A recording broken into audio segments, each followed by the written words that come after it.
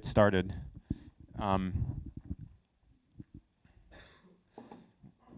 With the sample class, the Mogi Jugyo for the program.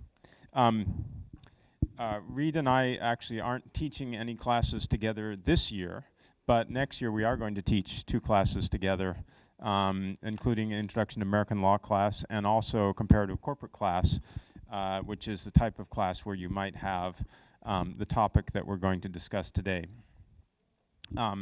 We talked about what we were going to do and put together these brief materials that you have, but we haven't rehearsed this.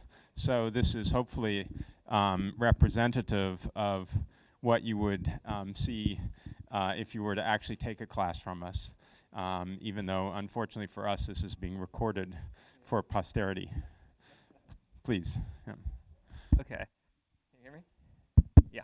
So for the theme of the class today, we're going to talk about fiduciary duties of corporate directors. I don't know how many of you have ever studied this in English before. In Japanese, that would be Torishimaru-yaku no shinnin gimu. But we're going to look at it mostly from the US law context, and we're going to look specifically at the duty of care and the business judgment rule. So before we start on this, I'm going to speak very briefly about fiduciary duties generally. So in the US, like in Japan, directors have a duty of care. That's the zenkanchui gimu that they owe to the corporation and to the shareholders. They also have a duty of loyalty, also like in Japan, the chujitsu gimu. Does this sound familiar? Do people know what I'm talking about?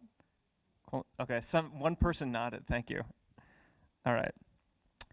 So one person smiled also. Yeah, okay, that's 2 people. So under the duty of care, a court's analysis can be pretty complicated, but the basic idea is that the directors have a duty to use due care in their activities as corporate managers. They act on behalf of the shareholders, and there's some minimum level of reasonable due care that they have to use when they act that way. If they don't, they potentially face liability to the company and to the shareholders. Okay. So how does a court determine if directors have used due care in their actions? Well, in many cases, the business judgment rule is a tool of analysis that courts use.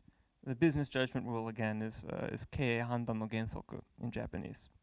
So the basic rule is that unless there are conflicts of interest, courts generally defer to directors' business decisions. Okay, so that's kind of the basic concept. There are some other aspects of the duty of care that will arise in corporate law cases. There is a prohibition on the waste of corporate assets. Directors have to establish some kind of a internal monitoring system for the company, but we're not going to talk about those at least in any detail today. And as I mentioned before, there's also a duty of loyalty that directors owe to the corporation and to the shareholders. Basically, directors cannot exploit the corporation and the corporate assets for their own benefit. The duty of loyalty basically helps avoid or provide a protection against conflict of interest problems in terms of how directors manage the corporation. Okay. And lastly, there are some special duties that arise for directors under certain circumstances, like if a company is being sold to another company, directors might have a duty specifically to maximize the sale price for the benefit of the shareholders. But we're also not going to talk about those duties in detail today. I just wanted to provide a little bit of some background and color on the fiduciary duties generally of directors. David, you have anything to add to that overall view? No. Okay. Sounds good. Great. So what we are going to do now is take a look at the evolution of US courts' analysis of the duty of care, including the business judgment rule, across 3 important corporate law decisions. And the decisions together span not quite 100 years, but most of the 20th century. So the first decision is from the 1919, I think, and the last decision is from the 1980s. Okay. The first decision we have is Dodge versus Ford Motor Company. I think on the handouts that you all have, there is a very short description of this. This is B on the handout. So what happened in this case? Well, it's a case about the Ford Motor Company. So is everybody familiar with Ford Motor Company? Company that makes Ford automobiles? Okay. So it was founded by Henry Ford, right? He was the president of the company. He was on the board of directors, and he also owned almost 60% of the shares of the company. So he has a huge amount of control over his company. He was sued by two minority shareholders, John Dodge and Horace Dodge. They were brothers, and they owned a total of about 10% of the company. So why was he sued? Well, Henry Ford had caused the company, or at least the company under his leadership, had been paying huge dividends to its shareholders for 3 years. They paid a regular dividend of maybe around $1 million a year, and then special dividends each year of $10 million to $11 million. And remember, this is 1919, so it's quite a lot of money that's being distributed to the shareholders. But in 1916, Henry Ford decided that the company should not pay special dividends that year. And instead, they were going to retain the money that they'd earned and not distribute it to the shareholders. They did that with 3 goals in mind. One goal was to create a new smelting plant. I think I looked at some Japanese. It's Yokoro. I don't know if that. Okay, somebody nodded again. Thank you. So they were gonna build a smelting plant to help them increase production. They were going to increase their employee salaries, and they were also going to cut the price of their cars. Picture of the plant on the second page here. Oh, great. Actually. Thank you. So those were the 3 goals. I'm sorry? Okay, we need to get, we'll get you a copy. Yeah, also you. Okay, we need a couple more. Matsuo Sensei will get them. Okay. So new plant, more production, higher employee salaries, lower prices for cars. Based on this, the Dodge brothers sued the company, and they made 2 key demands when they sued. One demand was the company should not build, they wanted the court to stop the company from building the new plant, the smelting plant. The second demand was that the company should have to distribute at least 75% of its cash surplus, as well as all of its future earnings, future surplus earnings, except for emergency funds, basically. Okay. So the court looked into these 2 claims and came to 2 different decisions. For the new plant, in terms of building the new plant, the idea was that this was going to allow the company to increase production in the long run. I'd actually like to ask, is anybody here who's studied, say, the business judgment rule in Japanese, kei handan no gensoku? Do you think that the decision of the company to build a new plant would be an acceptable decision? Or would it be a breach, could this be a breach of the duty of care? I'm not surprised that there are no hands raised. Does anybody have any ideas? All right. I'll just go into it. We can bring a discussion more directly to the rest of the class later when we get to our 3rd case today. But in this case, the court said, look, judges are not business experts. That's a direct quote from the court. Directors have to make long-term plans for the benefit of the company, and it's not the place of the court to decide whether the director's business plan is a good business plan, right? That's not the sort of thing that judges should be doing. Okay. So they said, look, we cannot stop, it's not appropriate for us to stop the company from building this new plant. The next issue is dividends. So the court starts with the general rule, and they say, look, well, as a general rule, directors have the power, exclusive power, to declare dividends. And as far as this type of management decision goes, there are only 3 cases where a court could interfere with a director's decision. One is if the directors are guilty of fraud, then the court might interfere, might change their behavior, force them to change their behavior. 2, directors are guilty of misappropriation of corporate funds. 3, the refusal to declare dividends is a complete abuse of discretion, so much so that it constitutes fraud or a breach of the duty of good faith. So unless one of those 3 conditions is met, the court says we are not going to interfere with the director's management of their dividend policy. But then they looked into how the Ford Motor Company had come to the decision not to distribute dividends. And they said, it actually looks like the decision has been completely arbitrary and was not based on any of the business considerations for the benefit of the company.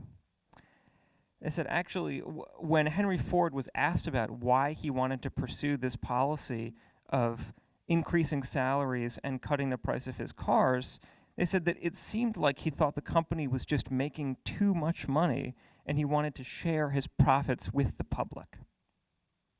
Okay.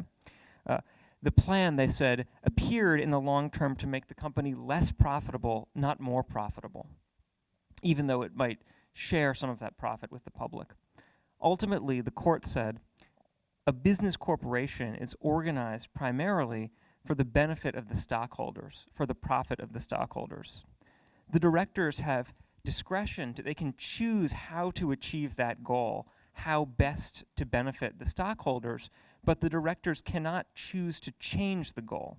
They can't change the purpose of the corporation to just benefit society. The purpose of the corporation has to be to operate for the benefit of the stockholders.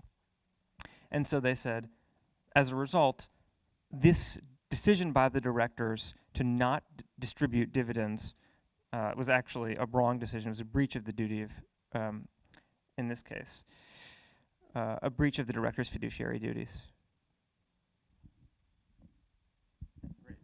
So Dodge versus Ford establishes this concept that the court is going to defer to the business judgment on major strategic decisions, but also that the company is supposed to be run for the benefit of the shareholders. The next case we want to mention is a case that I love. It's called Solinsky versus Wrigley, and it involves the Chicago Cubs.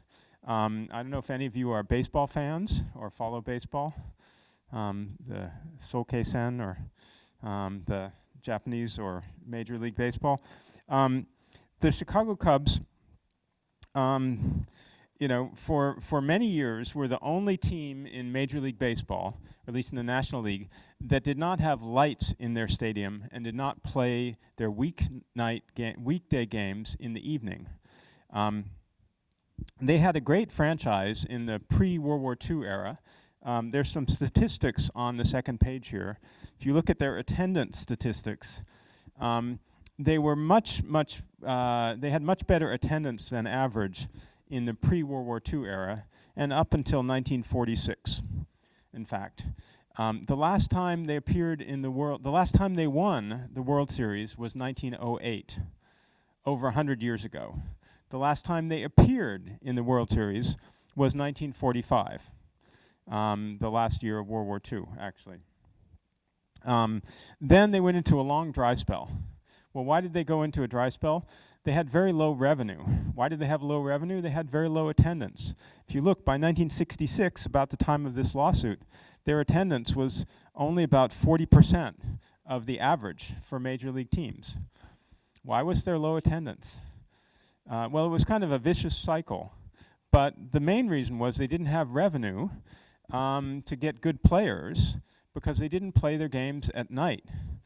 Now, who goes to see a baseball game during the day on a weekday? Someone who doesn't have a job.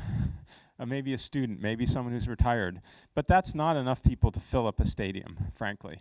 And they didn't get, they lost TV revenues. They had a terrible time. So, of course, if you were a shareholder, you wouldn't like this, right? And Mr. Solinsky was a shareholder, and he brought a lawsuit. It was a derivative lawsuit, Kabunushi Daihyo Sosho, against the directors for their decision to operate the company in this manner, in a manner that was adverse to the shareholders. So what did the court decide? Well, the court listened to the pleadings of both sides and threw the case out. They said this is basically a management decision. It's something that we're not going to interfere in. Actually, they had some good reasons, or at least they had some reasons why they didn't want to put lights in the stadium. If any of you have ever been to Chicago, here's a picture of Wrigley Field. You can see that it's kind of right in the middle of a neighborhood. There are people, there are houses living around it. You would disturb the neighbors if you played baseball at night there. And if you have tens of thousands of drunk, unhappy fans after a game walking through the streets being noisy, you might actually hurt the property values. You might even hurt the value of your own property, of this wonderful stadium that you own, if the neighborhood goes downhill. So again, on this principle of business judgment, the case was thrown out. The business judgment rule prevailed. Now, that's not the end of the story, though, because, of course, ultimately, Wrigley sold the team to the Tribune Company, the owners of the Chicago Tribune, in around 1981. And I can show you that basically he only sold the team for $20 million. So if you were a 10% shareholder, $2 million, right? You didn't get very much money for a major league team. The Tribune Company put in lights. By the first year they had lights, they were already, they'd tripled attendance from the 1960s, and they were already at higher attendance than average. And 20 years later, when they sold the team, they were way over average attendance, of course. And they sold the team for 45 times what they bought the team for. So I think this just shows that this was really an example of a horrible business judgment, a judgment that was not in the best interest of the shareholders, but it was a type of judgment that was within the discretion of the directors. And so the court was not going to interfere with it. Finally, I should note that the Major League Baseball season does end on Monday, October 3rd, and that the Cubs will have the best record in Major League Baseball. They've already won 102 games, and I don't think any other team has won more than 93 games this year. So there is hope that this year they will finally get to the World Series and defeat the curse of the Billy Goat, which is shown here also, which I don't have time to go into today. Anyway, these two cases set up the business judgment rule and bring us to the modern era, right? The modern era, of course, in the United States, we're typically talking about Delaware. These cases are not in Delaware, but most of the corporate law cases are from Delaware because that's where most big companies are incorporated in the United States. And so Delaware has kind of become the specialty court for corporate law within the United States. And the last case that we'd like to talk about, that we're actually going to have a little bit of a debate about, and we'd like you to participate in, is the case of Smith versus Van Gorkum. So, okay. As David said, this is actually the first Delaware case we'll be taking up today, but it's a very well-known case, and it's something that students in American law schools, I would say in almost all cases, study if they study corporate law. So there are several key players in this case, but the biggest player is Jerome Van Gorkum. He's the CEO of this company. He's been the CEO of the company for almost 20 years, I think. Dave, is that right? And he's been an officer before a CEO for, say, another 10 years or so. So in total, he's been a management or top management level employee of this company for almost 30 years. He's nearing his mandatory retirement age. So he's almost going to leave the company. And he's also the chairman of the board of directors. He's a CPA, an accountant, and he's also a lawyer. The company itself is called TransUnion. It's a public company. It's a diversified holding company, and it makes its principal revenues from rail car leasing. Now, another issue with the company is that they have a significant cash flow each year, but they have trouble generating enough income to make use of the tax credits that are available to them, and they haven't really found a good solution to this problem. This would allow them to increase the appeal of their company, certainly to a buyer, if they were able to do it, but and to their shareholders as well, probably would increase the value of their shares, but they haven't found a good way to make use of all the tax credits that are available to them. Okay, that's just the basic background. Van Gorkum is the CEO, just remember that, and the company is called TransUnion. Right. You have here, again, on the third sheet of the handout, the timeline. And you'll see at the top of the page, there's a reference. The opinion itself says, the nature of this case requires a detailed factual statement. All of these Delaware cases go through in great detail the facts of the case because the facts do matter a lot in these, particularly cases involving M&A. So what happened? In 1980, in July, there was a meeting of the board of directors of TransUnion where they got presented a 5-year plan. The management team told them that basically it was going to be a very good 5 years. Income would grow 20% per year, almost $200 million of cash would be generated, and they talked about a lot of different alternatives for the company. Importantly, they did not talk about selling the company. That was not even on the radar screen, as we say. They were not considering a sale of the company. At the end of the next month, Van Gorkum had a meeting with his management team, and the CFO, Mr. Romans, said that actually his team was interested in the possibility of doing an LBO, of buying the company with debt, and that he had done a preliminary study on that idea. A week later, they had another meeting, and he again talked about buying the company with debt, and said that basically it would be easy to buy it for $50 a share, but hard to buy it for $60 a share. Van Gorkum didn't like the LBO idea, said there's a conflict of interest, that's too complicated, we won't do it. Of course, he was already ready to retire, so he probably didn't want to do it anyway, and he wouldn't have participated if they had done it. He went back and started thinking maybe they should sell the company, and decided to take action. He went and talked to Jay Pritzker. Jay Pritzker, the Pritzker family, they are the people who founded the Hyatt hotel chain. That's what they're most well known for. Also, the current Secretary of Commerce, Penny Pritzker, is part of the Pritzker family. And so they're a very well-known Chicago family. And Jay Pritzker was a very well-known buyer and seller of companies. So Van Gorkum was a friend and went to him and basically put together a proposal showing that you could buy the company for $55 a share. He didn't go to Pritzker's office. He went to his home on the weekend, on Saturday, sat down with him and showed him that that this would work, and they talked a little bit about the deal terms.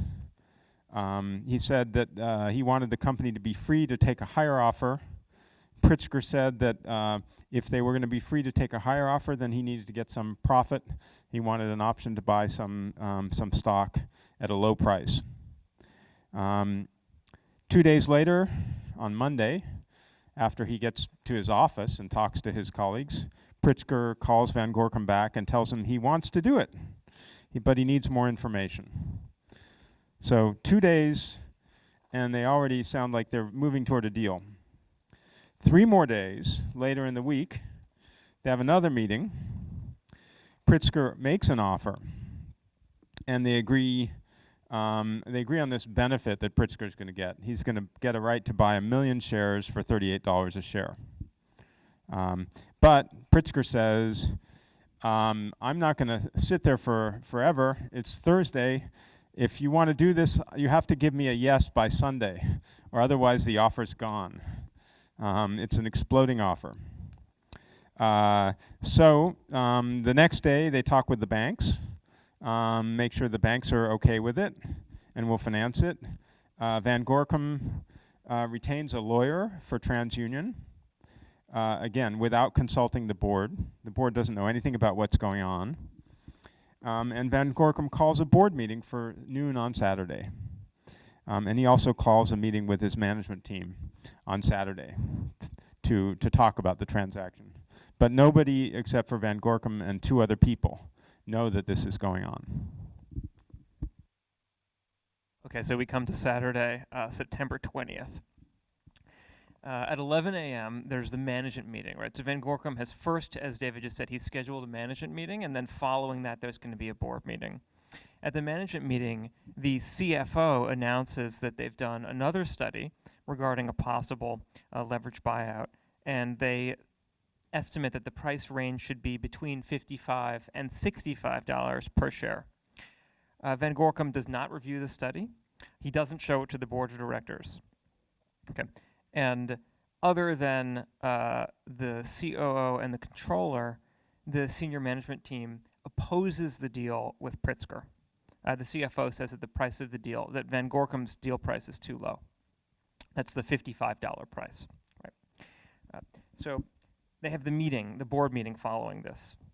The board of the company, of TransUnion, includes, it's got 4 former CEOs and a former dean of the University of Chicago Business School. I think it's a total of 10 directors, and 5 of them are insiders, 5 of them are outsiders.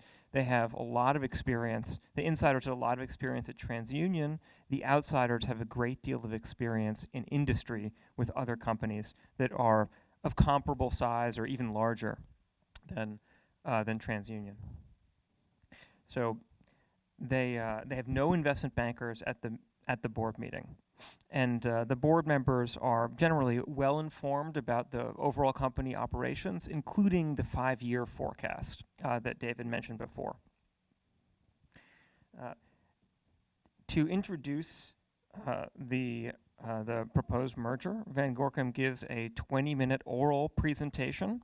There is no time to get copies of the merger agreement for review, so he just presents the information verbally, and he doesn't discuss or disclose how he and Pritzker arrived at the $55 figure. There are 4 key deal terms, that at least that we're going to discuss now. So one is that TransUnion, it can receive offers from other companies, but cannot solicit. So they can't go talk to other buyers proactively. They have to wait for a buyer to come to them for a period of 90 days. Term number 2 is that, as David just said, the offer has to be accepted by Sunday night. And in this case, they're already looking at this on Saturday at noon. Term number 3 is that TransUnion will not be able to disclose any kind of non-public information to competing bidders, other potential buyers. And the last term is that, as David said, Pritzker is going to have the ability to buy these 1 million shares. Okay. Now, Van Gorkum says to the board that the 90-day shopping period, the ability to receive bids from other companies, that is going to be effectively a test to demonstrate whether the $55 price is a good price or whether it's too low. If there are other buyers who come in with a better offer, then that will show that $55 is insufficient. And the attorney who Van Gorkum has hired to advise the board says that the board might be sued by shareholders if they don't accept this offer. So after a 2-hour meeting, and with only oral presentations from Van Gorkum, the CFO, and the attorney, the directors decide that they can approve the merger. Van Gorkum then executes the agreement that evening. I think it's at the, what is it, at the symphony or opera? A party for the opera, okay. Yes. Yeah, a party for the opera. So the entire thing is done from board approval to signature within 12 hours. Yes. Okay. So those are the basic facts. So now we're going to take sides. Those are the basic facts of how they signed up a deal to sell this company. There's a lot that went on after they signed up this deal, including a big lawsuit, including a shareholder vote. And at the end, actually, the Delaware Supreme Court, in a decision that surprised some people, held that the directors had liability for a breach of their duty of care in this case. This is actually one of the very rare cases where not only did directors have liability, and of course they have insurance, but actually some of the outside directors had to pay money out of their own pockets. It's not that common that that happens, but they did. And the question is, was that the right answer or not? I'm going to take the position that it was the right answer. And so maybe I'll go first? Sure. Okay. I just want to make sure that everybody is following. So the idea, ultimately the question that we are looking at, and that David will now be arguing was rightly decided by the court, is was this 2-hour board meeting sufficient for the directors to make a decision as to whether this merger agreement was in the best interest of the company, or was it not enough, not proper process? And the court said it's not enough process, right? This was not, the directors breached their duty of care by failing to be sufficiently diligent in exploring various opportunities available to the company and whether this was a good deal or not. Such as how much the company was actually worth. Right, such as what is the value of the company. The court says the directors did not look into that issue thoroughly enough, and so this was a breach of duty to the shareholders. And David is going to argue that that's correct, and I will be arguing that the court actually made a mistake in making that decision. Yeah, I will argue that it's correct. And also that it was correct. Not only is it correct that they didn't do a good enough job, but that it was a good thing to actually make them pay money, because that's the only way that you get them to follow the law, unfortunately, in the United States. You know, the decision to sell a company is the most important decision that the directors will ever make, especially when you sell it for cash. What you're saying is that your long-suffering shareholders who've invested in the hope that you will do a good job running the business and improve the value of the business, they are cut off from any future hope of participating in the future of the business. So it is the most important decision the directors can make. Also, sometimes it's a decision that is not made under ideal circumstances. Sometimes you need to choose quickly between two offers, or you have some reason to hurry up. Maybe you're running out of money, and you need to make a quick decision to sell the company. You know, and so it's a difficult area for courts. This case, you know, there's a couple problems with what the directors did. The first one is that they didn't have any clear evidence of how much the company was worth, of what the value of the company was. The court notes that they didn't get something called a fairness opinion. And this case is often cited for the principle that in the United States, when you sell a public company, you should hire an investment banker and ask them to tell you how much the company is worth. And they give you a fairness opinion, which says that the price that you've agreed to is fair. And they go through an analysis of all the different ways you can value the company. They look at what other companies in the same industry have sold for, and they help you. And if you can't get a fairness opinion, then there's probably something wrong with the price you've agreed to. And usually the fairness opinion, it gives you a range. If you're not within the range of the fairness opinion, then you probably won't go ahead with the deal. So that's what this case stands for, but I think it's about much more than that. And there are many more reasons why the court found liability here. The first is the relationship between the board and the CEO that I think we can all realize was wrong here. The board has the decision, should set the strategy of the company, and should make the decision to sell the company, and should make sure that that decision gets implemented properly here. That was not what happened here. the board had a meeting in July where they didn't even talk about selling the company. And then the next meeting, they were presented with a done deal, essentially, and said, take it or leave it. You've got 1 day to decide whether to sell the company.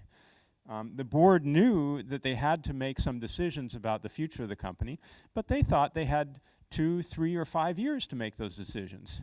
They thought they would have time to think about them.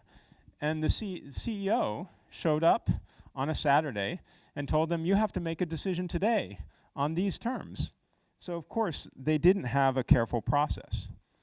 And courts have a very difficult time second-guessing the substance of the decision. The court doesn't know whether $55 is a good price or not.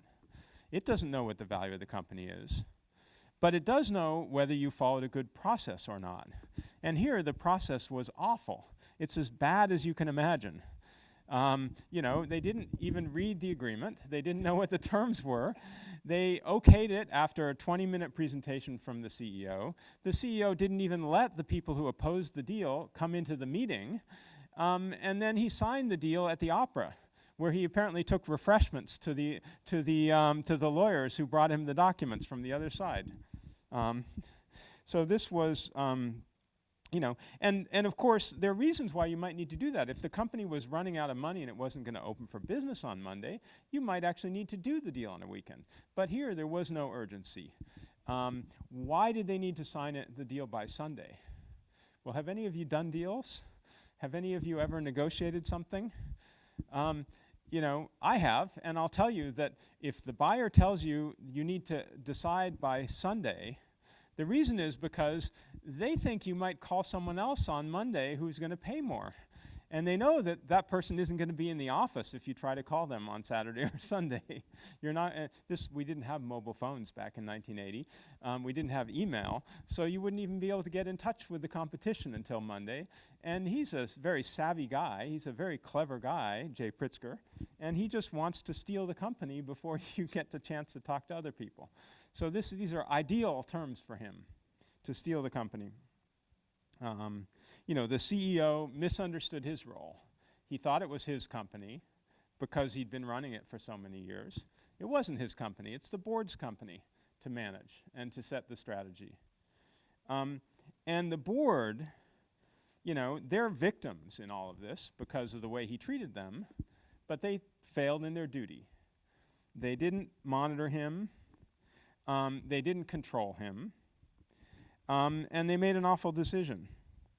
You know, a couple reasons why it's awful. I'll stop because I want to let just Reed needs to give the corresponding views. But you know, I mean, the shareholders, they approved this deal, and a large majority voted in favor of it. So some people might say, well, that's evidence that it was a good deal. The stock price over the prior years had been trading between, you know, $24 and $39, and here they were getting $55, right? And Van Gorkum, he said, I'll take $55 for my shares.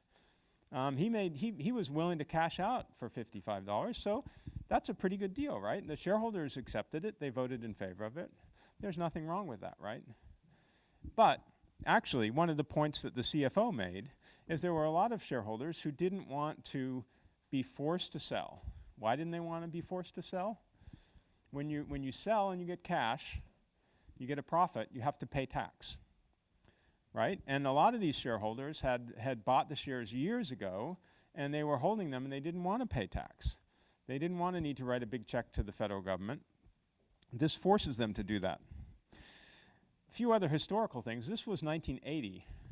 Ronald Reagan was elected in 1980. I know many of you are too young to remember this time, but I was in high school in 1980, and I remember what happened to the capital gains tax after Reagan became president.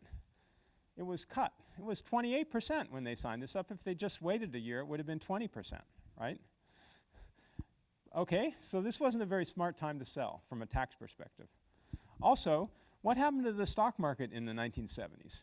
The stock market was basically flat. What happened to the stock market in the 1980s and 90s? In the 1980s, the stock market went up 17.6% per year in the United States. In the 1990s, it went up 18.2% per year. So this was absolutely the worst time to sell stock you could imagine. And it was a very, very bad decision. and not the type of decision you would want to make in an hour on a weekend. So that's why it was that's why it was good to hold the director's feet to the fire, and again to find them liable. Thank you.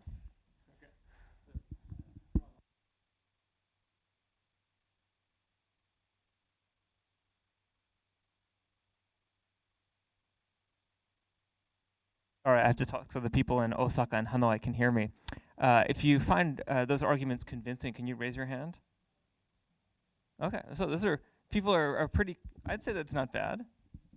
If you haven't convinced people before they hear the counter argument, then you're really in trouble. So I'm glad I've persuaded a couple people. So I'll try, I don't think I can respond to every point, but I'll touch on as many of them as I can. So one of the first issues that David raised is the lack of a fairness opinion in this case, right?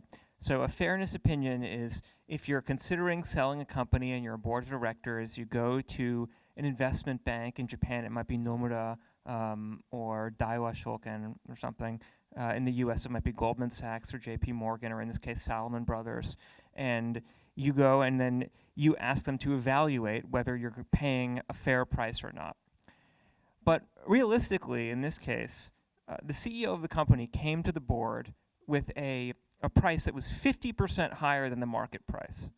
I think it's very hard for me to imagine that if the board had then gone to an investment bank and said, hey, we'd like to do this deal. They're offering us a 50% premium. Can you give us a fairness opinion?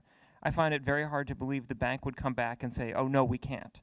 So would this really have made any difference? I mean, what would have happened is that the company would have paid money to the bank. That money would have ultimately come out of the share price that could have been distributed to shareholders. Most likely, it would have been a fee that the company would pay in connection with the merger, and it would have just reduced the benefit to the shareholders. The CEO in this case also, I mean, so he treated the company as his, David said he treated the company as basically his company. When it wasn't his company, it was owned by all of the shareholders. Well, I mean, that's one way to look at it, but the CEO also owned Van Gorkum, he owned a huge amount of stock in the company. So he had every incentive economically to get the best possible deal price. I think that the way that you could say that he kind of negotiated as the voice of the company or as a single representative of the company, but given his long tenure as CEO, his large shareholdings, and his position on the board, it's not unreasonable necessarily that he took an authoritative position in the negotiations, and he was certainly incentivized to reach a good result for all of the shareholders. Another issue with this case is that the board was full of experts, right? Or maybe experts is not the right word. It was full of experienced business people with I think the 5 members who were insiders had a combined level of experience, a number of years of experience, something like 100 years or close to 100 years or maybe a little bit more than 100 years of working together, working in this company. So they knew the company very, very well, and they were very well informed about the problems that the company was having in terms of realizing its the tax credits available to it. In terms of the outside directors, they were an extremely accomplished, extremely sophisticated set of basically of business people, and there may have been 1 or 2 academics who were very well trained and very well recognized in their fields. So to say that Van Gorkum could kind of come in and either bully the board into agreeing to this or somehow pull a fast one on them to convince them to sign this, to agree to this merger agreement when it wasn't really in the best interest of the company, maybe kind of an unrealistic view about the level of experience and authority held by the board members. I think that it's very possible that based on the experience the board members had, they were really in a position to make this kind of quick judgment, given that the deal was an exploding offer that had to be taken care of within, I guess it was basically within 36 hours of when the board meeting occurred. Do you want to Counterargument. It in 3 or 2 instead Well, of even using. They didn't even use the 36 hours. I guess Yeah. based on their experience, their hundreds of years of experience, maybe they decided they didn't need the extra 34 hours. Didn't tell them how he came up with the price, did he? They He didn't ask for misled it. them. But they did know what the public price of the company was. And so part of this deal, of course, was that there was a 90-day shopping period, right? So, okay, if the price isn't good, if the directors have doubts about the price, they can find some reassurance in the fact that, one, it's a public company, they do know at least what the public trading price is, and two, there's going to be a 3-month period when the company will be open for other bidders to come in, suitors to come in and talk to management and potentially offer a better deal. Now, in this case, ultimately, no company did offer a better deal. Well, it's interesting. There have been many articles written about this case, and one of the facts that has come out, and I don't know if it's not that clear in the opinion, but there actually was someone who was interested in buying the company and who was willing to pay at least $60 a share, which was KKR, a big buyout firm, a competitor of Pritzker. That was going to team with the employees, but they would only do a deal if all of the management team was in favor of the deal, except the 2 people who were going to retire, Van Gorkum and one other senior member. And apparently, they were prepared to make a $60 a share offer, but Van Gorkum talked one of the employees out of it. So he had so much invested emotionally or whatever in his deal with Pritzker that he killed the other deal. Well, if he's got, so as a counter-argument to this, Van Gorkum has almost 3 decades of experience at the company and is the main voice of the company and the leader of the company, it's certainly possible that from his perspective there were other reasons why that would have been a bad deal, not simply because he wanted the Pritzker deal to go through. He himself, given his shareholdings, would have presumably made more money if the KKR deal had gone through at $60 a share.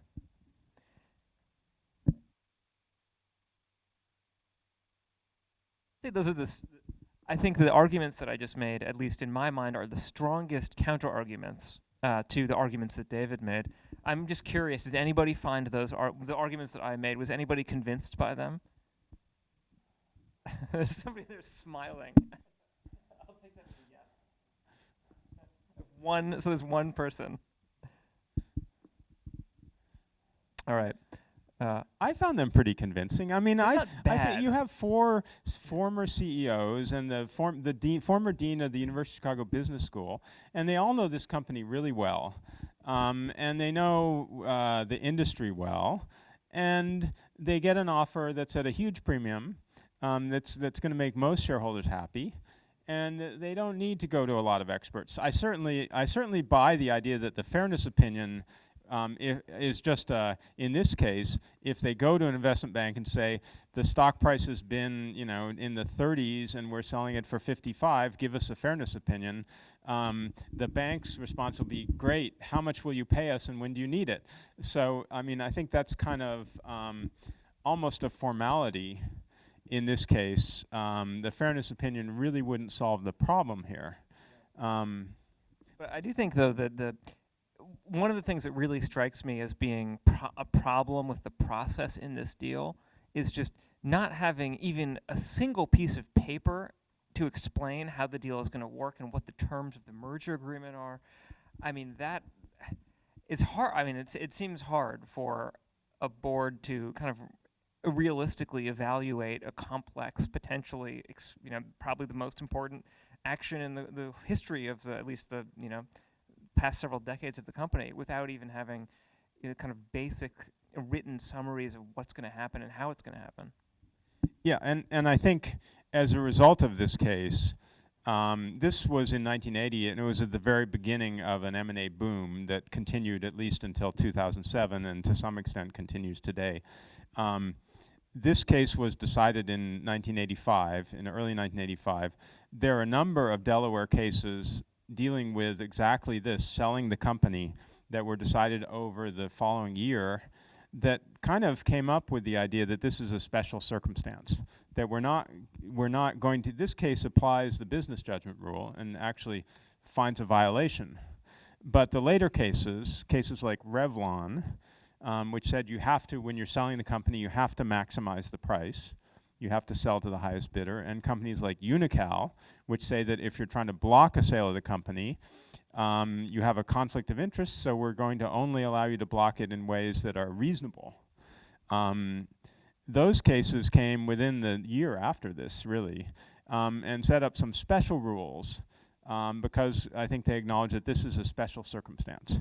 So I think that if you look at this case, not just as another business judgment case, but as a business judgment case involving the sale of a company, I think you can much more easily justify this result, holding the directors liable.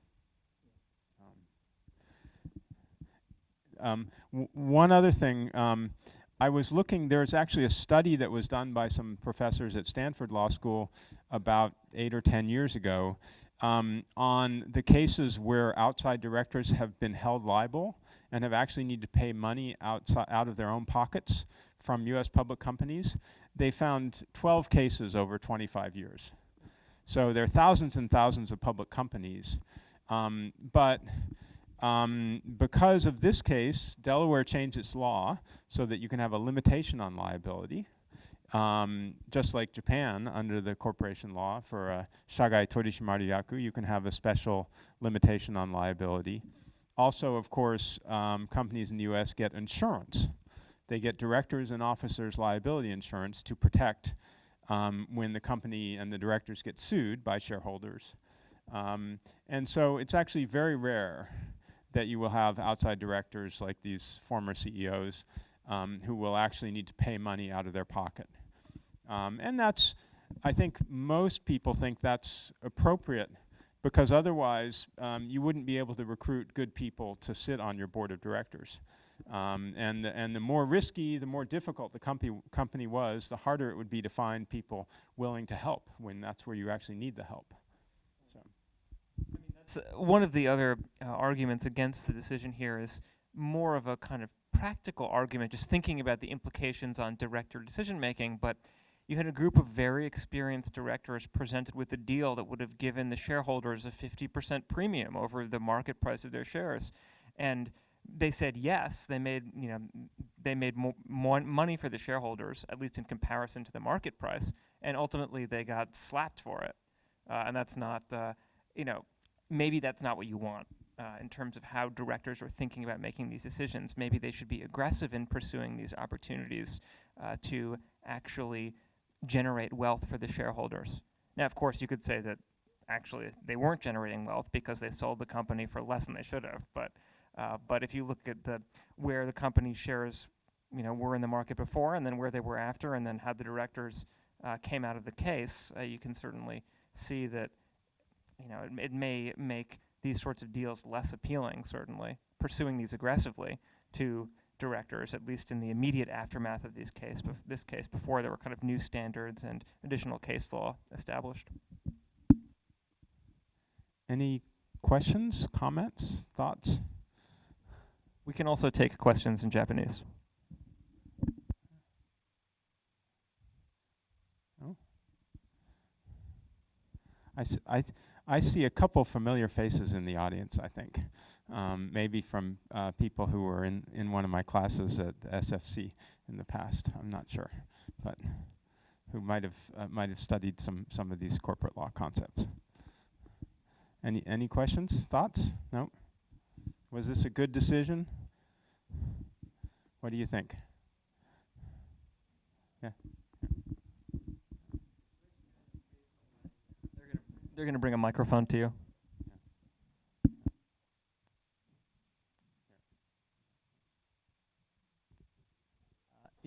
In my feeling, that based on my experience, the experience, to what level of experience of the board members might impact on the liability assessment by the court. This is I'm asking because in recent years, a lot of lawyers become a CEO or sometimes a CFO, like the graduates from the MBA holders and something like that. I'm not sure from these cases I read, but I'm very, very interested in to what level of, you know, differences the court may consider It's- about the And the experience. CEO was a lawyer in this case too. And an accountant. Yes. It's a very good question because now the question of whether board directors have the proper training and experiences has been at the forefront in the United States since certainly the internet bubble and the Enron and WorldCom scandals, and now especially for certain functions on the board to sit on the audit committee. You need to have qualifications. You need to have someone who has experience as an accountant or has the relevant experience. To be just on the board, there are no specific experience requirements, but to sit on the audit committee, you have to have financial literacy, and you need to have some people on the audit committee who are actually experts. And so it is very important. There in Japan now, there's emphasis now on director training. For example, there was recently set up within the last couple of years the Board Director Training Institute to train directors so that they understand their legal duties and so that they have maybe some experience about some of these procedures that they should be going through, so that when their CEO, who may not be named Van Gorkum, he may be named Son or Hiyashi or something like that, comes in and presents a deal and says, you have to sign it up right now. They might say, time out, do we really need to sign it up this weekend? Why did he ask us to sign it up Sunday night? Can't we I'd like to take another week and think about this and come back a week from now. Can you go tell Pritzker that we're going to take 10 days and we'll get you an answer? So there is now a lot of emphasis on that point. I don't know that it did affect the court's judgment, because the court did say there were no investment bankers on the board. Maybe they thought if there was someone on the board who had this expertise, specific expertise, and made it available in the meeting, maybe they wouldn't have said it was a problem that there wasn't an investment banker in the meeting. Yeah, I would note also that in the dissent in Van Gorkum, one of the dissenting judges was saying basically that the board did observe proper process. They should not be liable. That dissenting judge does make quite a big deal out of the experience of the board. He says, look, these are extremely sophisticated people with management experience, in other companies or actually within the company itself, and they've got combined just decades and decades and decades of experience. To say that they have to hire an investment banker, an outside banker, is kind of silly. And so I do think that around the margins, even in today, it could influence a decision if you were, to the extent that you relied on your own experience. If you have a lot of very important, relevant experience, then yes, I think that could be helpful. I don't know how much exactly you could get away with based on that. Probably, I think there's a limit. You still have to observe the formalities if you're a director or board of directors in most cases, I think. One more question or comment? Yes.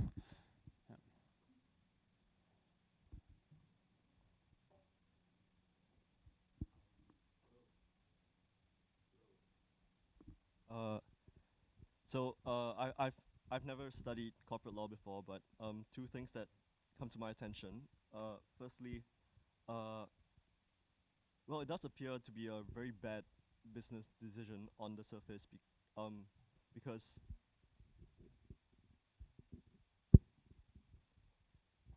it does appear to be a very bad business decision, especially considering the experience of the CEO and the board of directors.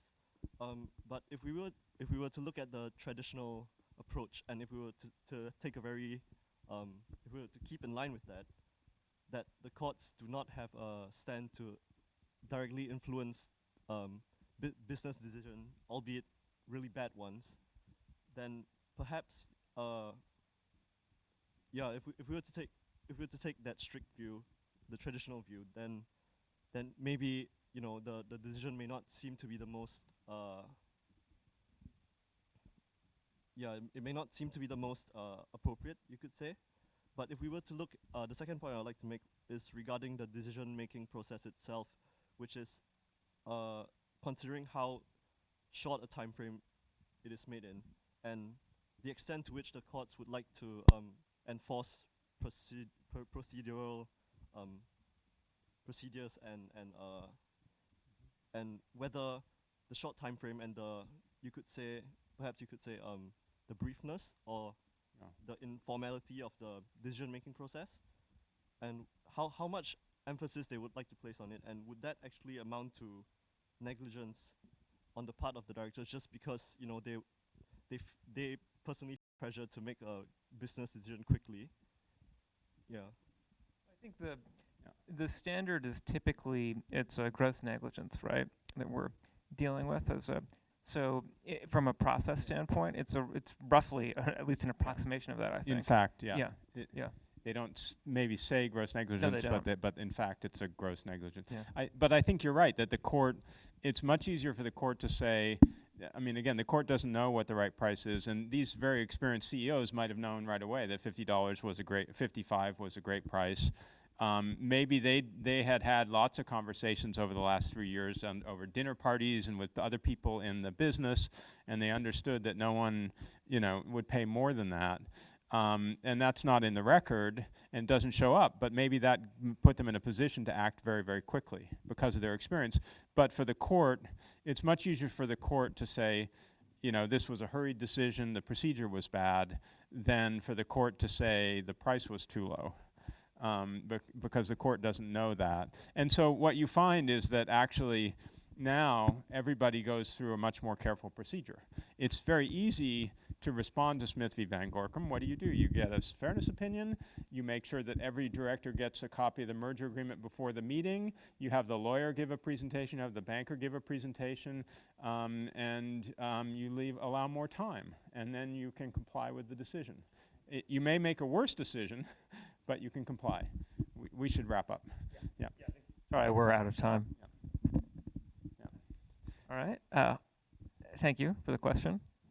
And thanks everybody for paying attention for an hour and 10 minutes. We'll take another 2 minutes and then we'll do the English Setsumekai. Right. Starting at 20 after the hour. Great. Okay. Thank you very much. Thank you.